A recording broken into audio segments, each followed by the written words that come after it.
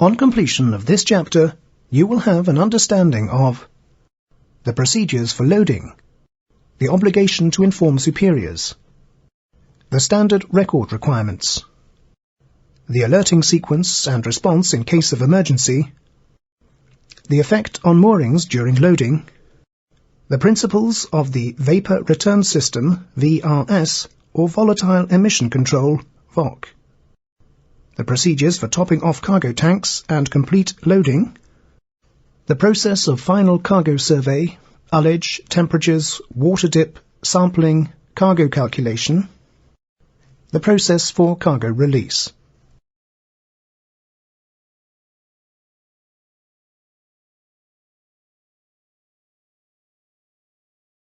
From the time the tanker is secured at berth, what is the normal sequence of activities until the cargo loading begins? The cargo loading normally commences according to the following procedure. Formalities with port authorities and terminal or loading master are completed. Cargo hoses arms well connected and unused manifold connections blanked. The vapor return line is connected, VOC system prepared. Cargo surveyors complete the tank survey. On-board quantity, or OBQ, is calculated. Lining up of lines and valves to be used, both onshore and on board, under the supervision of the Chief Officer and Loading Master. When lining up is completed, the Chief Officer reports to the Loading Master that the vessel is ready to receive cargo, except for manifold valves which still are closed. The Loading Master orders the vessel's manifold valves to be opened according to the agreed loading plan. When the manifold valves are confirmed open, the Loading Master orders loading to start, first with line displacement at reduced rate. The duty deck officer, pumpman and boatswain with deck crew must, during this sequence, check valves and lines in use to ensure that no malfunction or leaks have occurred when the cargo oil entered. To ensure that there is correct line-up of valves for drop lines, bottom lines and tank valves, the first cargo is taken into one tank at reduced rate. When confirmed that the oil flow is according to the loading plan, the remaining tanks are opened, and the loading rate is gradually increased. When the junior deck officer is in charge of a cargo watch, why can he not take all decisions independently? When the loading is well underway, the Chief Officer delegates the practical operation to the duty deck officer, pumpman and boatswain. The Chief Officer's standing order details the duty deck officer's obligation to inform the superiors in the event of incidents or accidents that may interfere with the operation, for instance, oil leaks, breaking of moorings, thunderstorms, etc. In addition, the Chief Officer requires to be kept updated on the progress of the loading and any deviation from the loading plan, such as reduced loading rate or stoppages initiated by shore, etc.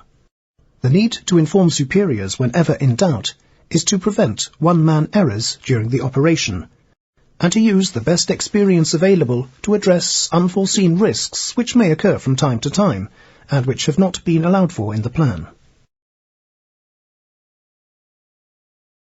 Besides the need to record all events to serve as evidence in case of legal disputes later, how does keeping of records help in the operation of the tanker? The duty deck officer is responsible for recording all activities in the timesheet, which is one of the official documents to be enclosed with the final cargo documents. He is also responsible for recording all items required by the deck log, and to make regular checks and printouts of the vessel's condition according to the loading computer. Besides legal requirements, a good recording helps to review the operation in a debriefing after completion, and for continuously improving plans to be made by the ship's team.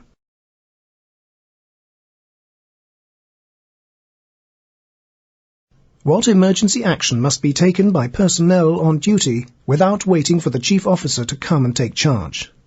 In case of an emergency, the duty deck officer, pumpman and boatswain must be familiar with the first response action to be taken, and the sequence of alerting as per the ship shore safety checklist and emergency telephone list.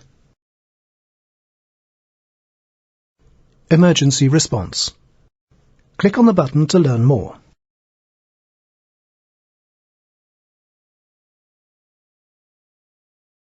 What is the risk to the transfer operations while loading is in progress when the tide is low?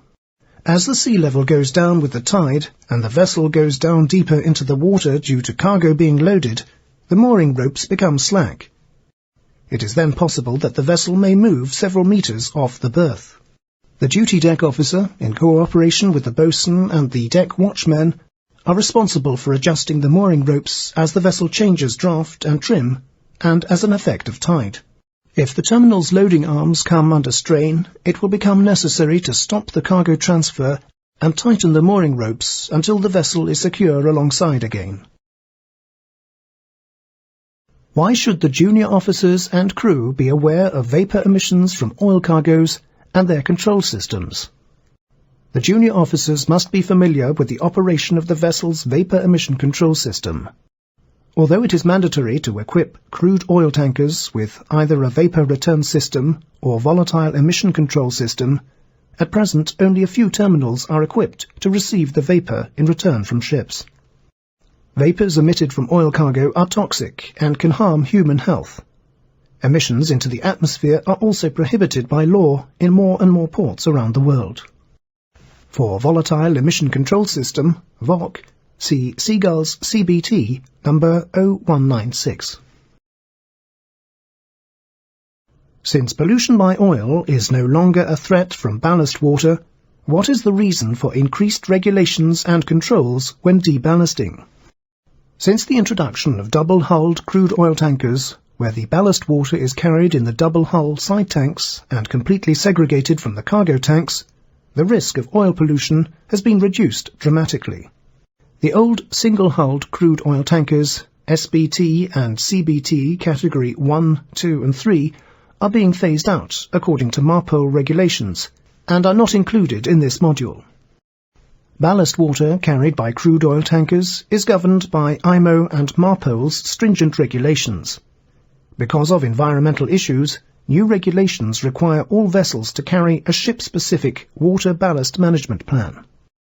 The major concern now is to prevent biologically invasive species, such as the zebra mussel carried in ballast water taken in cargo discharge ports, which tend to destroy the delicate ecological balance at the cargo loading ports.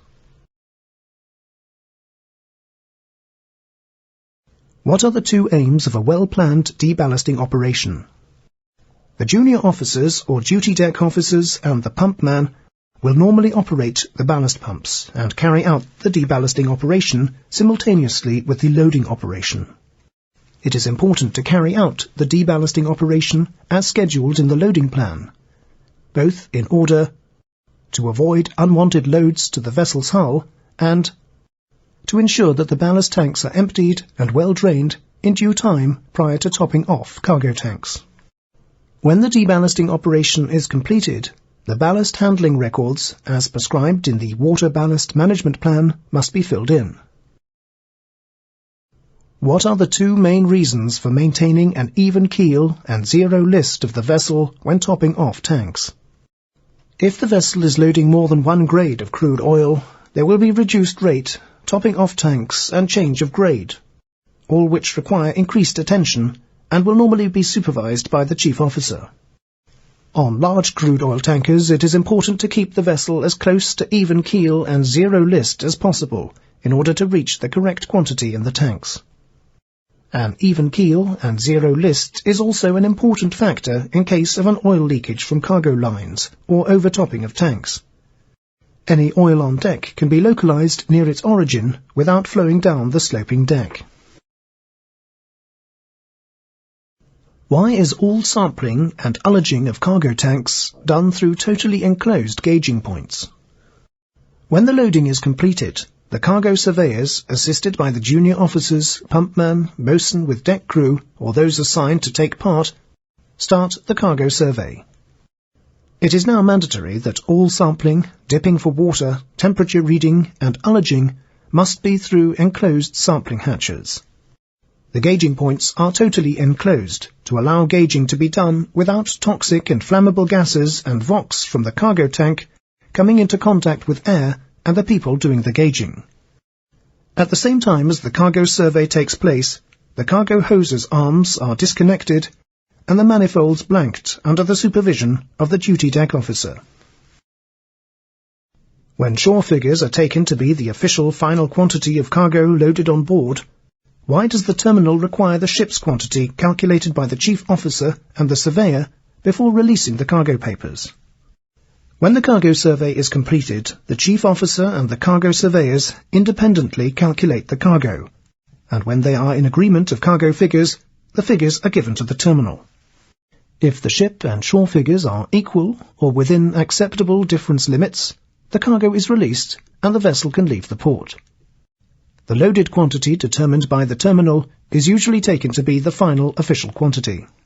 However, if the cargo papers, such as the bill of lading, are released before the ship has checked its own quantities and found not to be close to the terminal's figures, then the master may refuse to sign the cargo papers.